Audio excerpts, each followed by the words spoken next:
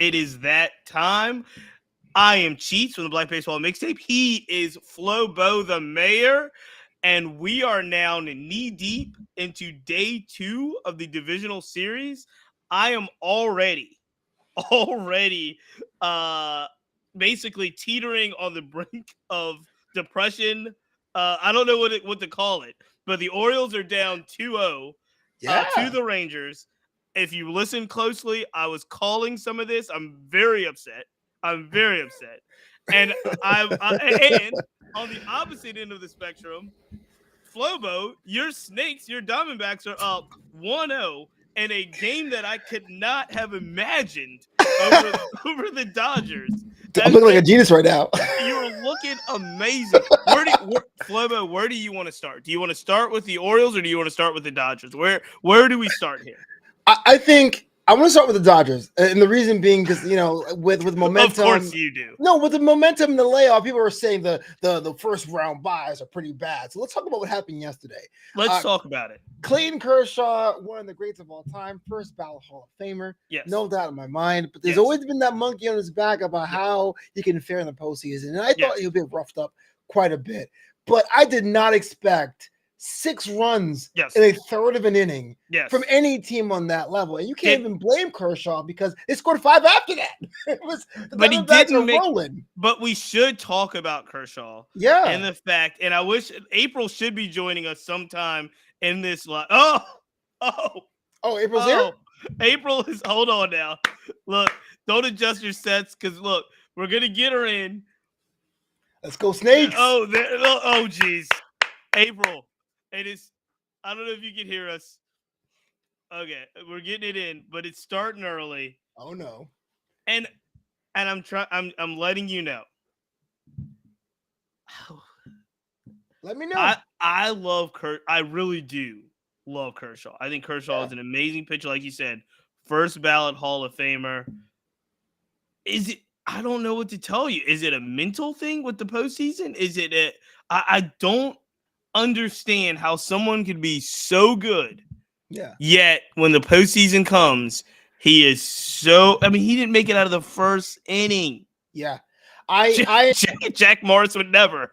There's 2 things at play here, man. I really think that on one hand, that's something that Kershaw is a mental thing because it was his 4th Saturday start in a row. Yeah. I mean, this guy's been here for a long time. High pressure situations don't really phase him.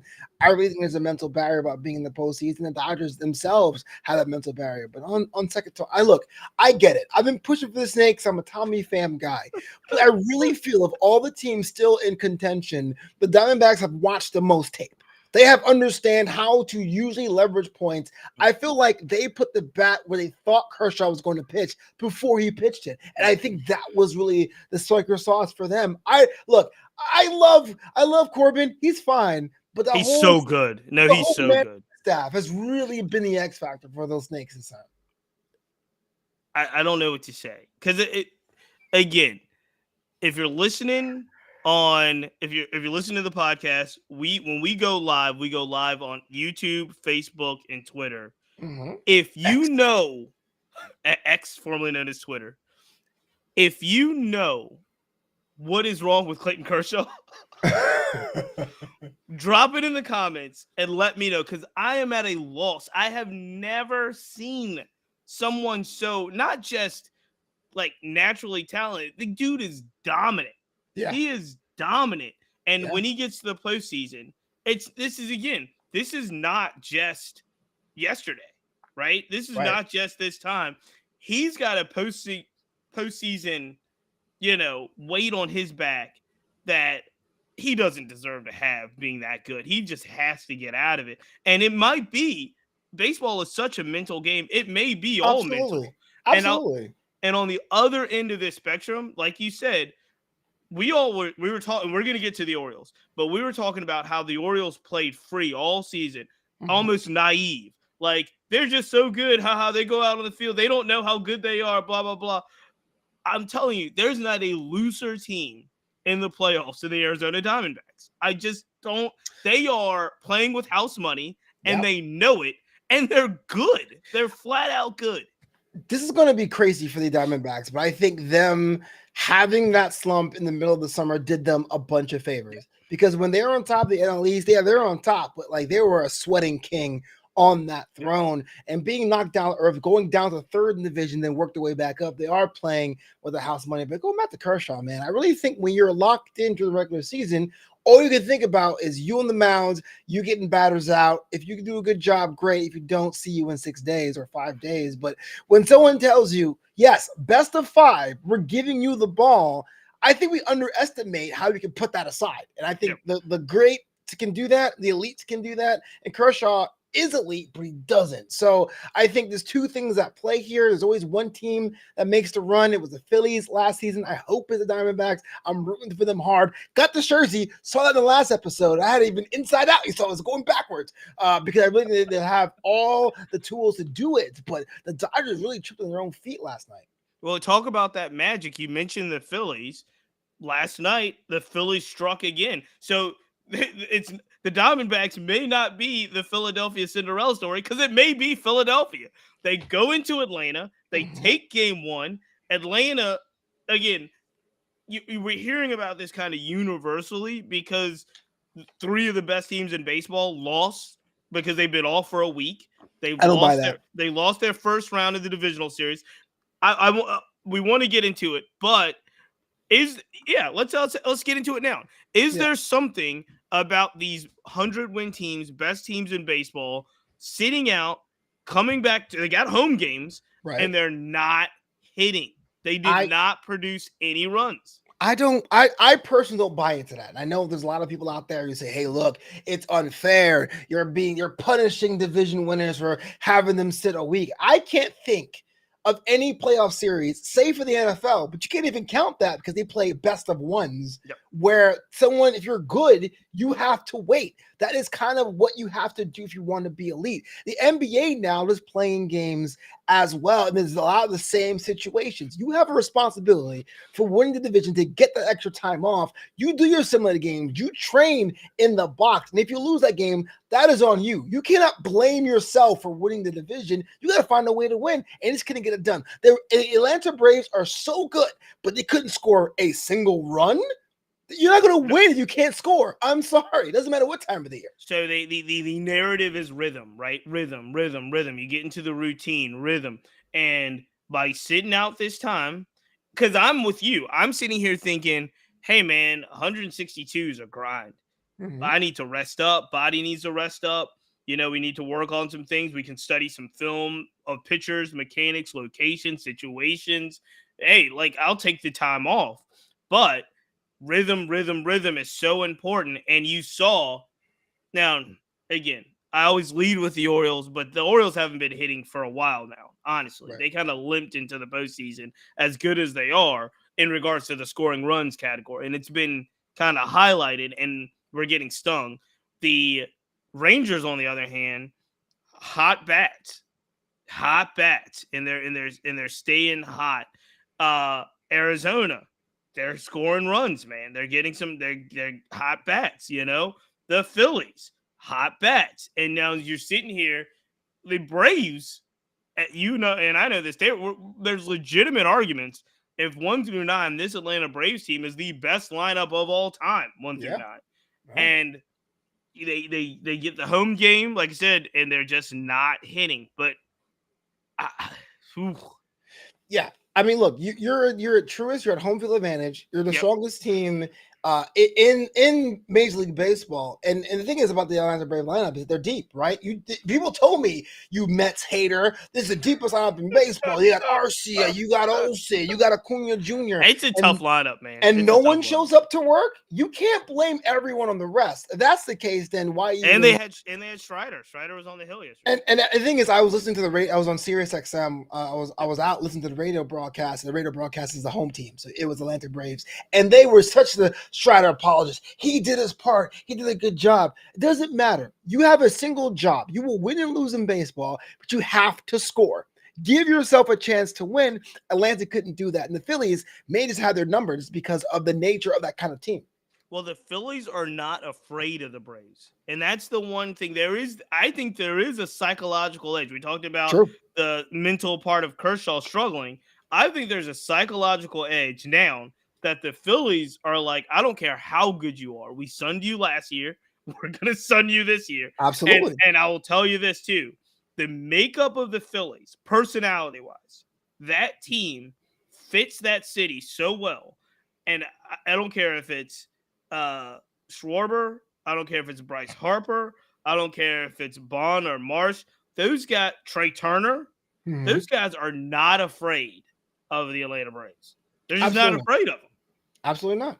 And so, and I sort of feel that clearly now when you're up 2-0, Texas isn't afraid of Baltimore. I also sort of feel that way, though. One of the things I think is a big Dodger advantage is that there's a mystique to the Dodgers, right? There is this mystique when you go in there where it's a difficult game. You're in for some work.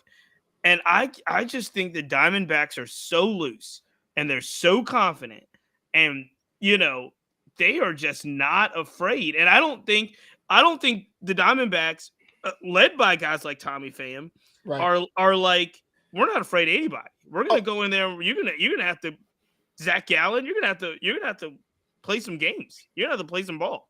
I'll be honest with you. You look at the teams that had the byes, the Astros, the Orioles, the Braves, and Dodgers. I felt the Dodgers have the most most stress here because there's that feeling that they're not as strong as they used to be, but then they almost have this expectation to win a quote unquote real championship since their last 2020 win. But the Arizona Diamondbacks pretty much had the most lopsided victory. You go to Atlanta, and their thing is they didn't score. You go to Baltimore, and they made a lot of defensive miscues in the infield play as well. And you look at the Astros, they're the only ones that won. I think that's the exception that disproves the rule. They had the same time off as the other three teams. They found a way to beat a very hot Minnesota Twins team as it is, Cheats. And so you go back to fear and fearing your opponent. As we speak right now, the Twins are up 3-0 in game 2. Yeah, and that's kind of the thing. You talk about fear. Yeah, you play, you respect your opponent, but there comes a time where you say being loose. The Atlanta Braves have all the pressure in the world because last year they won the NL East on the last day of the season. Everyone thought they were going to go to the World Series, and they got punched in the nose. And I think that pressure, that's self-imposed, is giving the Philadelphia Phillies all the gravitas and space they need to really go and execute. All right, let's read TC's weighing in here and says the difference is baseball is played daily and it's about rhythm. The nature of the game is streaky anyway. Strider showed up. The offense did not back him up. I can agree with you more in the sense that Strider was fine. Strider was fine, but you got to score runs. You got to score runs. I'm interested now because there's this other thing. Let's talk about it. We're down 2-0. Let's go to Baltimore. Okay. Because there is several things that bother me. Several? Yeah, several things that bother me about just the overall narrative of the series. The Baltimore Orioles are the AL East champs. They are one of the best teams, if not record-wise the best team in the American League. Yeah, second to best. And they played a very tough division. Obviously, 3 teams made the playoffs from the AL East. And there's this narrative that's starting to float around here where it's like, they're ahead of schedule. I don't care if they lose to the Rangers now, right, who are also technically ahead of schedule, right. But they did some things that went all in. Like, even though they didn't necessarily work, the Texas Rangers got DeGrom, they got Scherzer, they went out and got Simeon and Seager last year, right? So they're technically probably not as quote unquote ahead of schedule as some of the announcers are making them out to be on FS1. But I'm serious. I watched every inning. I watched every inning of every game. FS1 shade. But I do feel like universally there's this idea that, Baltimore can get them next year because they're so young and they're so homegrown. And so I hate that. It's so upsetting to me. Because there is no guarantee that a baseball season works out. There's no guarantee that, again, they just showed the general manager for the Orioles the last two games talking about how great I think Michael Elias, there's like how great of a job they've done with their farm system and how we're bursting at the seams, which we are. But they also said in a very kind of same sentence, this guy has refused to give anyone long-term deals. They are the opposite of the Braves. The Braves were locking people up for 7-8 years all the time. For $10 in a bus ticket. Yeah. The Orioles, we've got a log jam of people waiting to come up, people that are looking over their shoulder. Gunnar Henderson, as great as he is, dude's got to be looking over his shoulder saying, is Jackson Holiday coming up next year? Or or the year after? If I get hurt, is Jackson going to take my job? Absolutely. I've never seen anything like this. And so the fact that people are like, the Orioles have time, it's ridiculous. Like, win now. You're really good now. Right. And if you watch the two games, it like, do we even have a shot? Cedric Mullins is not right. Okay, so a lot of things to unpack there. Cedric Mullins is not right, and maybe there's some time to adjust, but you got less than a game to make that happen if you don't get a win on the board. You take him out? I wouldn't. I can't. Yeah. The depth is not bad, but it would be kind of seen as like a mistake if you lose that game without Cedric Mullins in the lineup. But the other thing is too, the ahead of schedule narrative.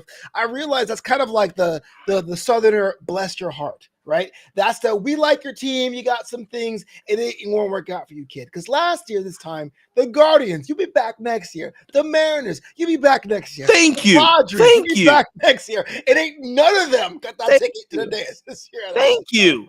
So baseball is that one. It's so hard, man. It's so hard. And again, we're talking about a grind, and we're talking about arms. And like, look at a guy like Alex Manoah. Think about that. If Alex Manoah was Alex Manoah of last year, the Blue Jays might have been at the top of the AL East, right? I had them win the division because I thought Alex Manoah would be bringing his all-star performance, but they deported him to Florida complex ball to get him right. I did not see that coming at all. All right, do we have April? April might be joining us. She's got her Dodgers. Is that a Dodgers sweatshirt on here, April? Look, somebody got to get in the spirit of things because after last night, they didn't want me to come on today. That's what it was. What happened last night, April? Today, what happened last night? What happened last night? Listen, I tried my phone, my laptop, my tablet. I had to pull another computer out because I got stuff to say. So look, the floor is yours. We've already done. I don't know if you heard us while we were going deep into the Dodgers Diamondback situation. I think the first question that I want to ask you: how concerned should we be about Clayton Kershaw in the postseason? Like, help me, because I'm a huge Clayton Kershaw fan. Despite what Flobo says, he's a Clayton Kershaw fan as well. We know that he is too good for this 1,000-pound weight to be on his back in the postseason. What do you think's happening with Kershaw? I think it's a lot of things. One, I do think that Clayton, it's a mental thing with him. We all know that when the postseason comes up, that there's a lot of pressure. Everybody's talking. Can he succeed? Can he get past this moment?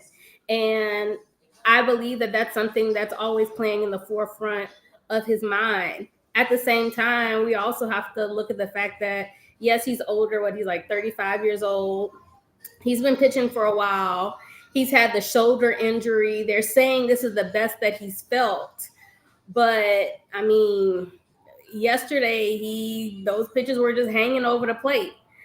Not to mention, he is leading a bunch of rookie pitchers. So all this coming into effect, whether we realize it or not, those are the intangibles that affect the player, before they step on that baseball diamond. And the responsibility of him leading his team, you saw him in the dugout. Like, he was completely disappointed. He looked. Yeah, he lost it. He looked decimated that, he put his team in the hole that they ultimately couldn't get out of. But do I think he can perform well? I think he still has it in him.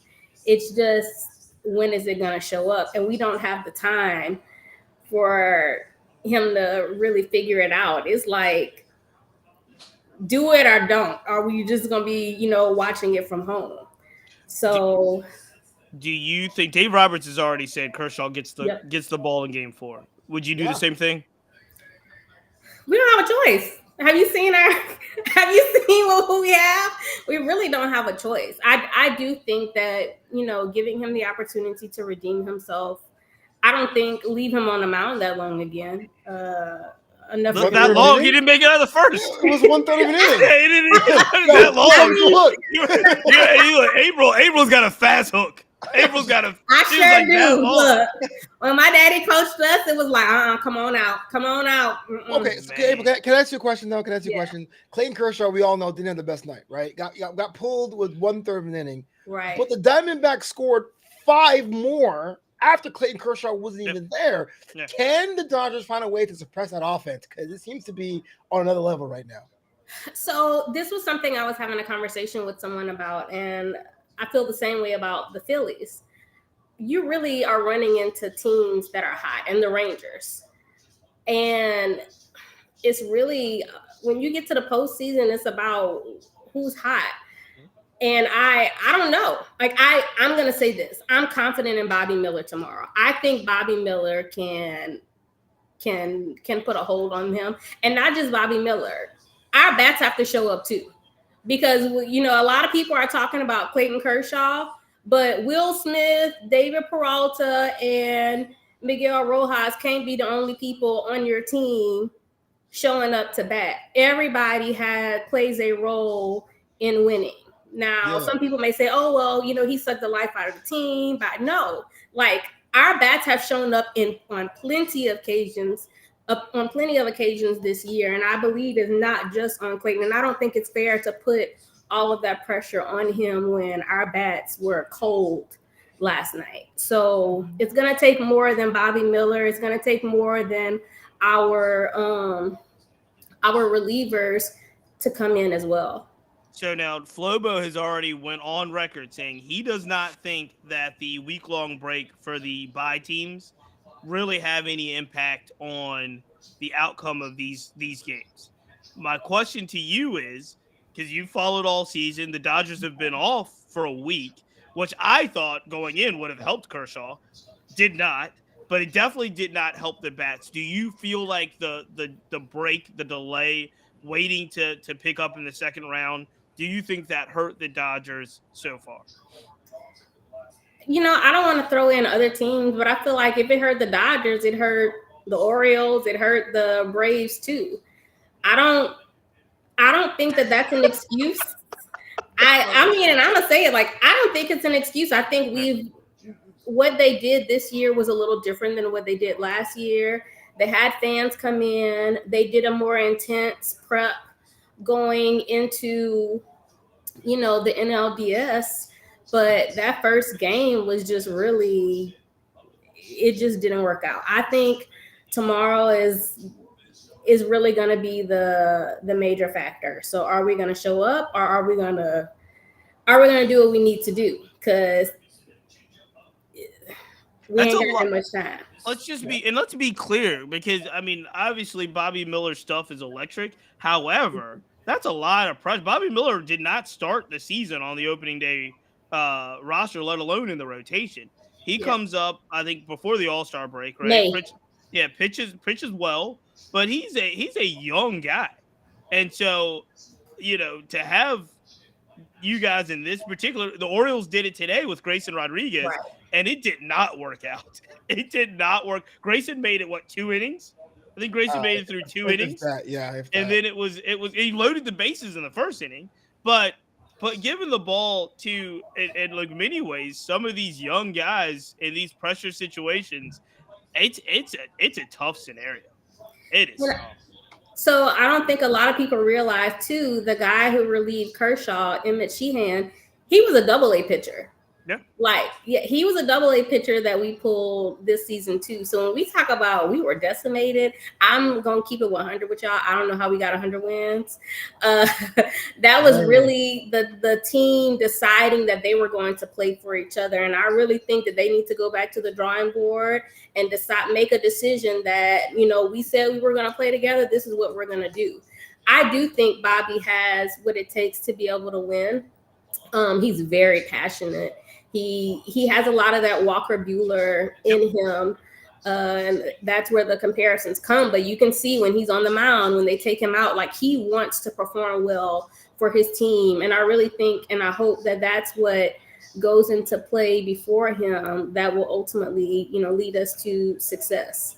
So let's see. We have him. We have Emmett. We have Gavin Stone. He's another AAA person. Y'all know we lost Julio to the domestic violence allegations. We lost Tony Gonsolin to Tommy John.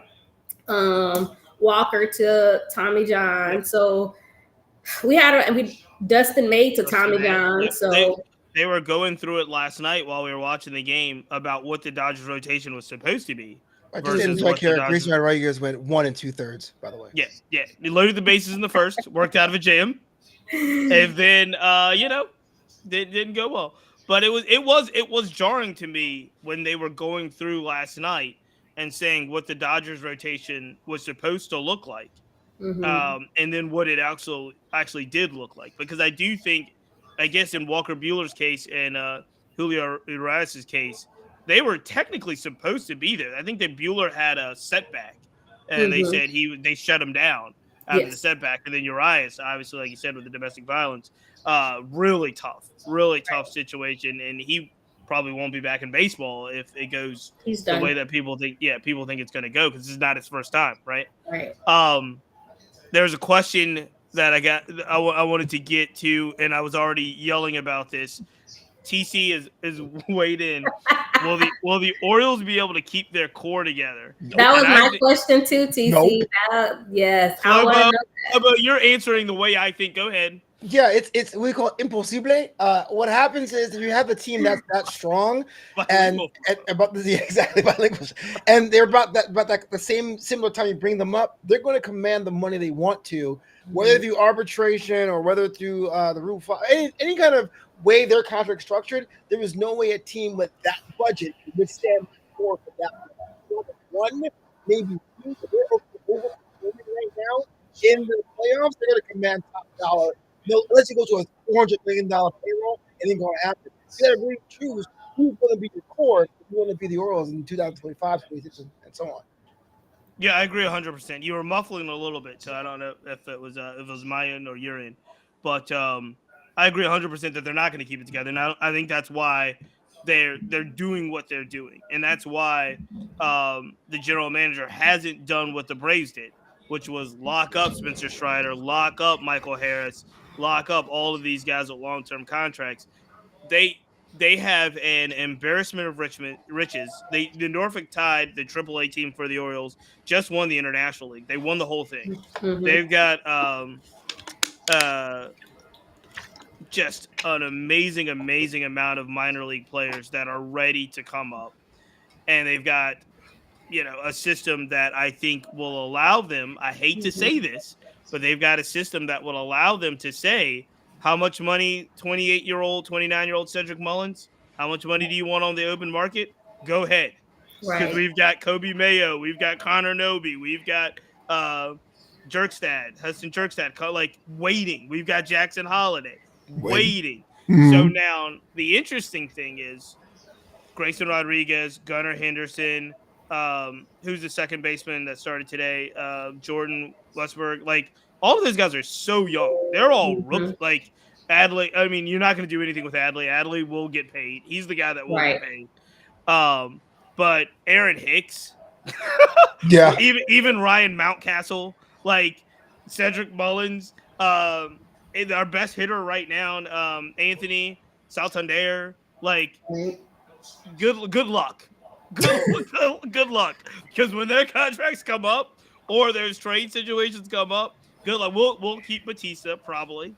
See how he comes back from TJ, because they're talking about Batista being out all of next year. But good luck. And I think there's no chance for two reasons. one, the Orioles are notoriously cheap, and two, they've just got so many players waiting, and unless I'd say the only thing is, and they're not known to make moves. Like they had all these guys in the system this year. They could have traded a bunch of them and got an arm. They could have got an arm that should have been pitching today. Here's the question, though. Do you think that they're going to build around Rutschman, though? I mean, that's a really cool chip to flip. Yeah. Okay. No, they're not flipping him. I agree, too. I believe he's the face of the franchise. Yeah, he absolutely. Absolutely. He's lived, and to his credit, he's lived up to, except the last 2 games. I mean, hitting, nobody was really hitting. I'm just saying, Matt Olson was the face of the Oakland Athletics 2 seasons ago. Right. I'm just, all right. This is right. You want to talk about, I'm trying to think of a player, city, team relationship that would fit the Rutschman category with Baltimore right now. And the one that's coming to my mind, because I'm on the East Coast, I'm in Virginia, is Ryan Zimmerman, Washington Nationals. Like, you're not going to trade that guy on a team that's on an upward swing. So we're not talking about a Mike Trout who's tried to give his all to the Angels, right? We're talking about a team that's ascending with a player they've identified. This is Embiid in the Sixers. Right. Like going through the process, and now you're here. You're not gonna trade that. We're gonna trade him for. I'm not saying for anyone, but I'm just saying the team is cheap. This is one of the better catchers of the game, maybe behind Jonah Heimer if you want to. So why not? 2023, Heimer's a better catcher. It may disagree next year. It may change next year. But in 23, I'll take Heimer over Rutschman. I would take Heimer over Rutschman. But that's just. I'm shocked. Oh no! Cut it out, Flobo. Hey, You've gone too. Cut it out. You've gone too far. I can't agree with you on that one. I can't. No, you're going too far. But no, I think they build around. Today. I think they build around Rutschman. I think Rodriguez, if he really does what they think he's going to do next year on the mound, I think you keep, those arms that we have. The one that's really interesting to me is Gunnar Henderson. And I'll tell you, I think Gunnar Henderson's job is safe completely for next season. Okay. I think, he's also showed the ability where he can work shortstop and third base, right? So you could pull Holiday up. You could put Holiday at second. You could put Holiday at short. You could put Gunnar. I think those 3 guys, Rutschman, Holiday, Henderson, will be kind of the future of the franchise, right? And with Rutschman being star 1A. Craig Biggio, if you will. The question is, what do you do with Cedric at 28, 29 years old in a contract that's up at the end of next year? That's my question. And you've got a guy like Enrique Bradfield, who they just, 2-time All-American, all-time, like, stolen base leader at Vanderbilt, who's not young because he played 3 years in college. With tons of experience. He's going to be ascending pretty quickly in the outfield as well. I'm fascinated to see what the Orioles do. They really do have an embarrassment of riches, but I think you still try to win now, because I think banking on a baseball season and saying you're going to be there next year, like, when we look back on it now, honestly, it's almost a miracle what they were doing in the 80s and 90s. Like, how did the same teams get back every year? Yeah. I don't get it. I really don't understand. How did the Atlanta Braves of the 90s get to the World Series so many times? That I can tell you. Different formats in postseason, just dominating the divisions. It was a different game back then, for sure. I mean, and also the Braves, their pitching in the 90s was right. But they were healthy. Like, and that too. I was going to say, if this is 2023, look, Glavine, Smoltz, Maddox, at least one of them would have had TJ surgery by now. What's going on? Yeah, that's another thing too. You can talk about they were pitching complete games. Like look at their innings. It's amazing what those guys. But it's an anomaly now. Exactly. Like, seriously, they're looking at cards. Some guy could throw like 4 shutout innings, and the manager's like, "Oh no, we got to pull him." I'm like, "What?" Yeah, Blue Jays. Right. Yeah. All right. I will say, I think, with the level of uncertainty for them, there are teams who are looking and they watching and they're waiting. And there are teams also who are willing to pull out their checkbook and pay for players like Mullins and some of the others. So I think it'll be interesting to see exactly what they do and who's really willing to buy. Yeah, I'll tell you this too. Is I'll add another angle to it because this is the Black Baseball Mixtape. I'll be interested to see what they look like, and what I mean by that is Aaron Hicks and Cedric Mhm. Mullins expendable. You can easily say that they're older, and they are. They're more experienced, but I really have a hard time thinking Adley Rushman, Gunnar Henderson, Jackson Holliday are expendable, and uh, it's just look, Flobo, you talk about this all the time. Yeah. Who are the attractions that are going to bring people to this Right. ballpark? So you're an owner of a team. Right. You've got to have a face of a franchise. Adley Right. Rushman's a lot easier face of the franchise, even today, than I think Ced is. And Ced's been the proven all-star. No. The debate would be Rushman versus Henderson if I was the Right, GM. but Not Mullins. No. right. So but you're the owner of the franchise, right? So you're thinking of all of this stuff and including attendance and putting people in the seats. Even in a city like Baltimore, you're probably looking at Henderson and Rushman more than you're looking at Mullins, right? Absolutely, yeah. And Mullins is like, a brother. Like Charm City got a huge community, but yeah, Rushman or Henderson's your guy. Absolutely. Yeah. All right, we have not given a lot of love to the Astros and the Twins. The Twins are now up 5-0 in the top of the fifth. Sure are. What's that? And I said they sure are. I think they pulled Framber Valdez. I was happy to see that he didn't throw a ball at anybody tonight. Wow. Yeah. Little victories. We'll take them. That's not even shade. That's just like savage. I'm glad he threw the ball in nobody's face. What's it called? Growth. What do they say? It's growth. Yeah. Yes. Well, we're gonna take the growth. We're gonna take the growth. Little victories. Because Correa, he was showboating him out on his bases tonight, and I was like, okay, what's going on? Are you not rooting for Correa? We talked about this the last podcast. I'm rooting for Correa. You're not rooting for Correa? I'm still salty about 2017. I'm never gonna get over that. So when I get over 2017, and mostly it was Correa. I'm rooting for Correa. MLB gave you a championship in 2020. I'll still mad. Don't do that. They gave you one. They gave you a one. Now let me say this. I like Dusty. Y'all know I'm an LSU alum, so I do like Bregman. And Kyle Tucker is actually one of my favorite players. He's good. He's good. Kyle Tucker is one of my favorite players. So there are some No Tuve love? Tuve is first ballot Hall of Famer. That dude's amazing. He is. And I live in Houston, so y'all know I get it all the time. But what's interesting, we haven't talked a lot about it, but like I talked to one of the SRO, the police officer on my campus, and he's like, I don't think we're gonna do it this year. I don't see it. And I'm like, really? He's like, we don't have the same fire, the same tenacity that we've had in past years. So I'm like, this is interesting. He said, I think someone else will take it. But he doesn't think the Rangers are gonna do well either. And I think that's interesting because y'all know the Rangers was like didn't they score like some of the most runs this? Yeah, I mean they're led by their offense. They're led by a very powerful offense, but they had their pitching is depleted. Their pitching is suspect at best, but depleted. Yeah, the interesting thing about a team like Houston, and Flobo, you can let me know, but I just have to see it. I'm not going to believe Houston's out until I see them lose out of the series, because every time you look around, Houston is there. Yeah. One of the cool things about the Astros, if you're a fan, is they're always competitive. Even when they lose, they're in the game. That's why everyone's kind of like, oh, they're here, but I don't know. It ain't like the Twins a week ago. We were like, oh, the Twins ain't going nowhere. Like we were ready to write them off. No one writes off the Astros. But I think that's what says about the organization, the management, the general manager, the general manager.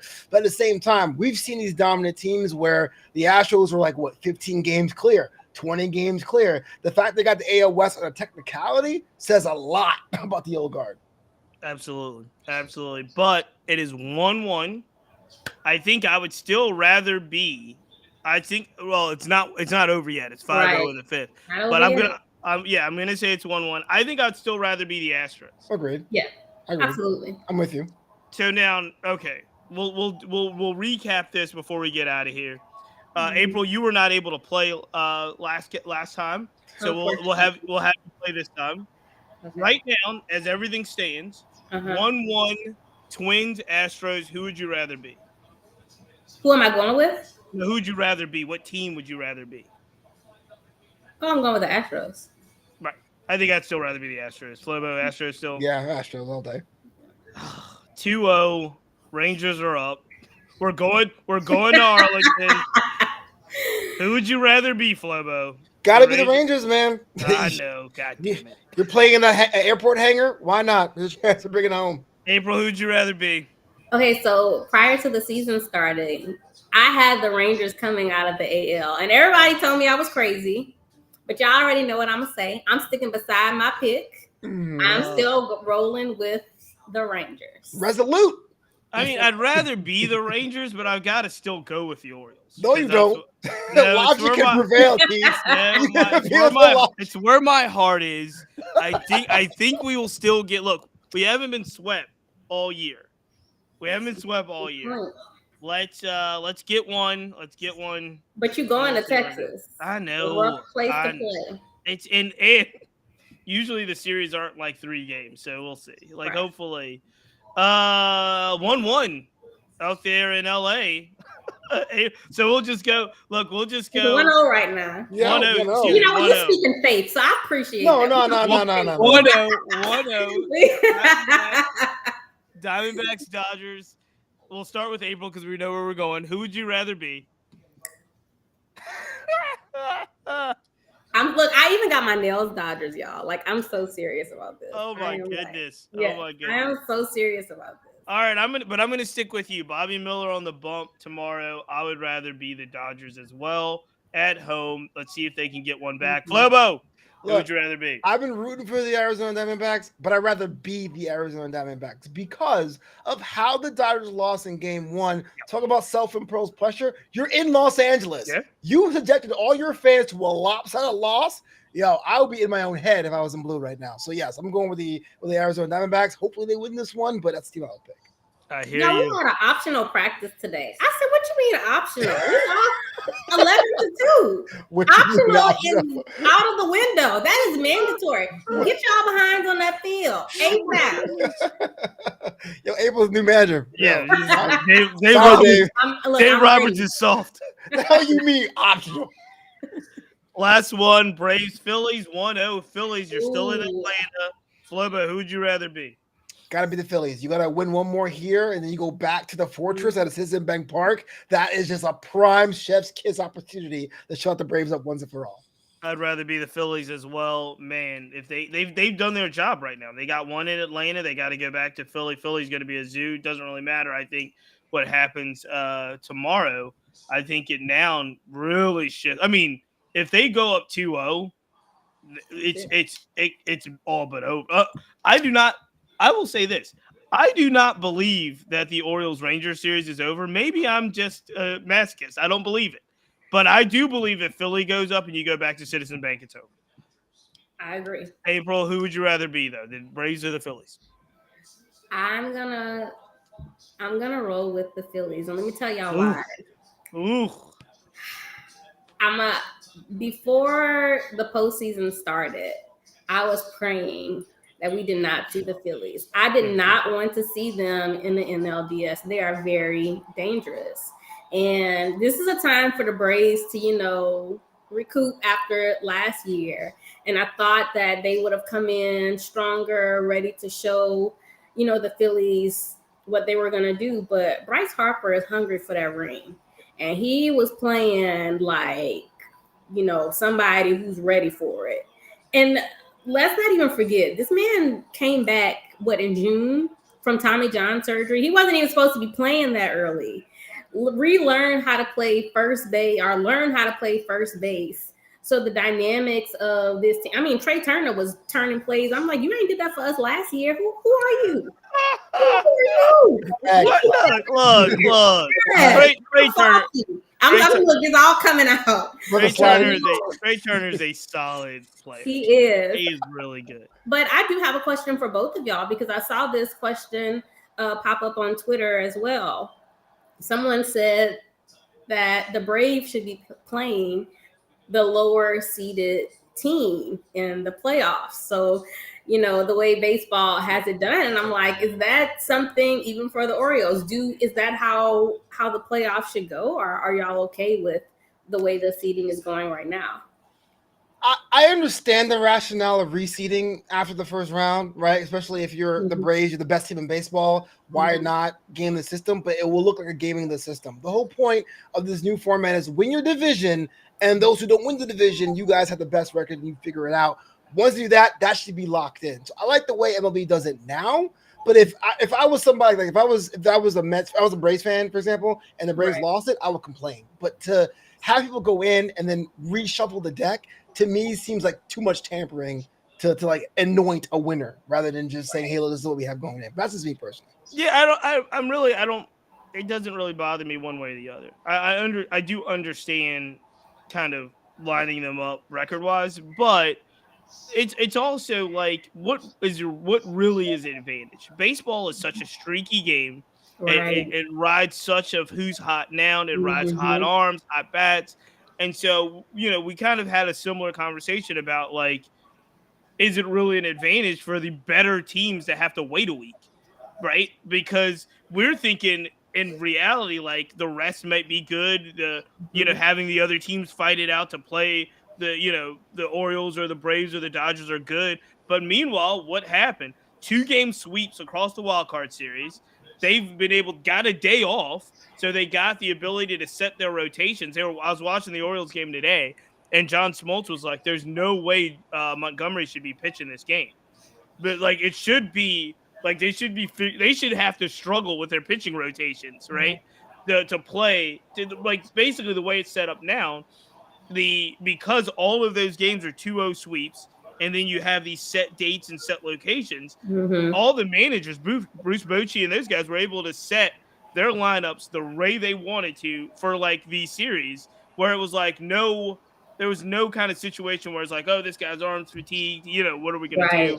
And so I don't mind the way that MLB does it now, and I think it's fine. But I also just wonder is it a real advantage? Like, you'd rather win the division than not win the division. I'd rather the Orioles win the division than not. And I'm glad the Orioles had 2 home games. I like this is the first home games the Orioles have hosted since 2014, something like 2016, I think, something like that. So, I mean, it's a great experience. I do think that it's not a real advantage outside of the home, and you do give the better team the home field advantage. There's not a real advantage about who you're playing and when, you know what I mean? Like, all rest and not rest. Like, I'd rather take the 2 home games and have my chances with that. And that's what they got in the cases of Atlanta, LA, and Baltimore. So far, they haven't taken advantage of the advantage that they were given.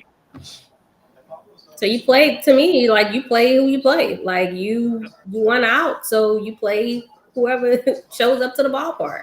And you are still the better team on paper. You're the better team, and you've got the 2 games at home in the best of 5.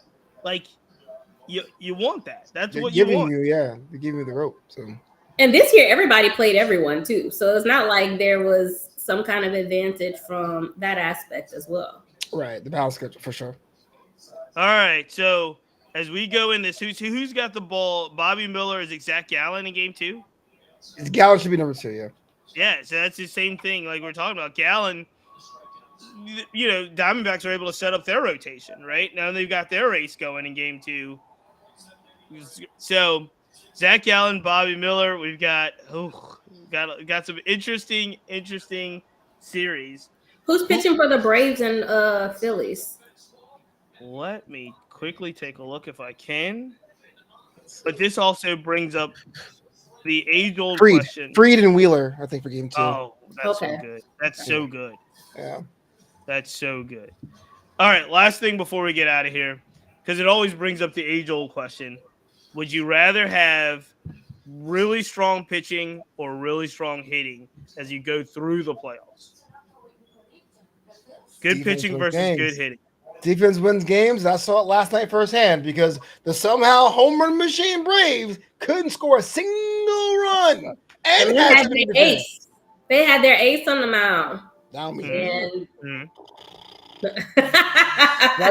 scoring all these runs, or at least 2 or 3 of them. With the interference. So look, I'm considering what we going through. Give me the pitching. Because look, you can have some guys hitting the ball, you go into extra innings, and I'll take my chances with that. But you need reliable pitching because scoring 6 runs in one inning, that can really decimate your team if they're not in the right mindset. I'm going to take the opposite side of that. Give me the bats. Really, tell us why. Because like you mentioned it, even if we date it back, how many times did the Atlanta Braves get to the World Series? They got there a lot. How many times did they win? I think they won once, right? Like I'm talking about with the Glavine, Smoltz, Maddox. You know what I mean? Like it always seems to find like the hitting always seems to find a way. I think to because again, you could have you could unless it's like really like some of those Madison Bumgarner performances and some of those some of those really just dominant pitching performances, but at best you're talking to 2 games, right? 2 games and maybe a relief appearance. Good point. If you give me the hot bats, we're gonna get past Pedro. we're gonna get past the aces of the staffs, if you will. And it's just that to me that hitting is contagious. I also feel like when pitchers are dominant pitchers, like they kind of carry the team on their back, right? Like give me the ball, I'm gonna carry the team on my back. But if the bats are on, it just feels like it's contagious. It gets the crowd like going crazy. And I think that's what we saw a lot. Like we talked about it last season when you had like the Mets, sorry Flobo, and their pitching staff, and you had you had some of these teams like the Phillies that were just hitting the crap out of the ball. And that hitting just gets the crowd up, getting everything. You know what I mean? So give me the bats, man. Give me the bats. You know what? And the bats is what killed us last year. We had the pitching. We did not have the bats. Our bats went cold. So I got to think about that one. But wait for the pandemic, y'all. Don't do us. Well, you won that. Y'all can get mad. All right. So this is what it sets up. I mean, it sets up. Obviously, the Rangers completely in the driver's seat over the Orioles. Right. Looks like the Twins and the Astros. If this holds, it's only in the top of the 6. But if it holds, it'll be 1-1. I hope it does hold. I want a feel-good series for the Twins here as well. I don't necessarily want to be them, but I do want them to get one game. And now it really we've got to see what Atlanta won. They're down 1-0 to the Phillies, and we got to see what the Dodgers down 1-0 to the Diamondbacks. Both of those, I will tell you this. And like we're always giant like conspiracy theories in regards to like ratings and HQ. Like I used to think as a child growing up, I really did, that they would rig like the NBA finals. Like because I'm talking about my parents would be like, there's no way that this series isn't going to go like I had to be a full-fledged adult for me to realize like, no, they don't want the games to go to like 6 to 7 games. Like the team that's playing wants to sweep every game. Look at this. But I so if I'm a conspiracy theorist, which I'm not, I will say MLB headquarters has to like the Diamondbacks are got to be like really just a disruptor in this system. Because if you're MLB headquarters and you're looking at Dodgers Braves and the National League Championship Series, and you're looking at something like exactly. You're talking about even the Rangers. Now I could see Rangers Houston and them being very excited. That would be amazing for Texas. The money. It'd be amazing for Texas. But do you know? And MLB. Interesting. You don't think so? Well, I used to think that way until I realized that some of the lowest rated World Series in the history are the Subway Series. When the Mets and the Yankees played in the World Series, everybody in New York cared about it, but no one else in the world cared about it. So if you put Texas and put the Rangers in Houston, that's a really big series for Texas. It's not a really big series for LA, Chicago, Atlanta, and New York City. But you see, I'm thinking because a lot of people like Seager. Like I still love Seager. A lot of people like Garcia and some of the other players on the team. So these are well-liked people. A lot of people like Kyle Tucker. I don't just like him. A lot of people like him. People like Altuve. So players-wise, I think that people will tune in to them. We'll see. You're right though, April, because we were just doing the top jerseys of 2023. Uh, both Altuve, I think, was number 6 of all of 2023 MLB jersey sales. Cal Tucker was number 9. Yeah. That surprised the Yeah, heck out of me. yeah. That two Really? Astros in the top 10. Yeah. You know what I think got him over that hump too? He played in the WBC. Yeah. Oh yeah, Yeah. that was good. Yeah, you're right. But I think in my again selfish Oriole bias mind, I'm thinking that they would want Charm City, Baltimore to have a feel good story in there. So I think that if you were looking for the most ratings, I would say Houston, Baltimore, Atlanta, LA, with some type of like you can't go wrong with the National League if Atlanta and LA are in there, and you can't go wrong with Philly. Philly's a ratings draw as well. So You do realize that Baltimore is basically the Arizona Diamondbacks of the American League right now. absolutely. They're totally a feel-good story, Absolutely. but no one's gonna tune into that.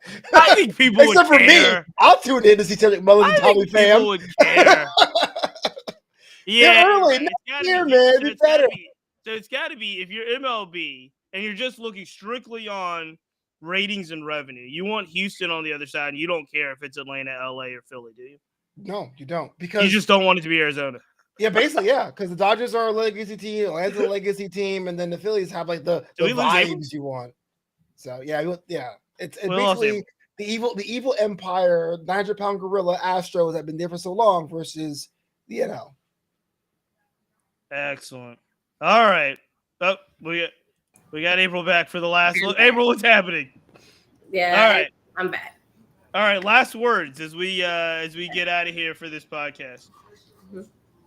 Any Flobo, April? Any last words? Look, I said it before and I'll say it again. I know I'm trolling for the Snakes, but I've realized that again, I'm so impressed with how they found pressure points in their team so far and found ways to exploit it. They may not win the entire thing, but this has been the best coached of all the teams still in the postseason. I'm riding with them to the bitter end. Let's go. I like their manager too. So he's a pretty cool guy. I like Tommy Pham. Corbin Carroll hit one that hasn't landed yet, by the way. Oh yeah, 500 feet. But I honestly, y'all, I just really want to see a good postseason. Like October baseball gives me so much joy, and I'm happy with the teams that have made it here. I'm rooting for a Braves Dodgers NLCS. I'm gonna just go ahead and say it. I really, really am. Arizona Philly, what's up? But listen, Dodgers Phillies will also be a good one as well. I'm rooting for that one too. I love to see Trey play against his old team. But I really just want to see a really, really good postseason. I hope that we get that. I don't want to see sweeps all the way around. I just want the Orioles to win a game. One game at a time. One game at a time, ladies and gentlemen. We'll have to leave it there until next time. We'll be back probably Tuesday, and by that time, I will probably have completely gone into full depression. Well, hopefully, I ain't with you. Right. I like, who knows? I'll be drinking. I'll be on here singing blues songs for 30 minutes. Don't check my IG stories, y'all. Don't check my IG stories. Until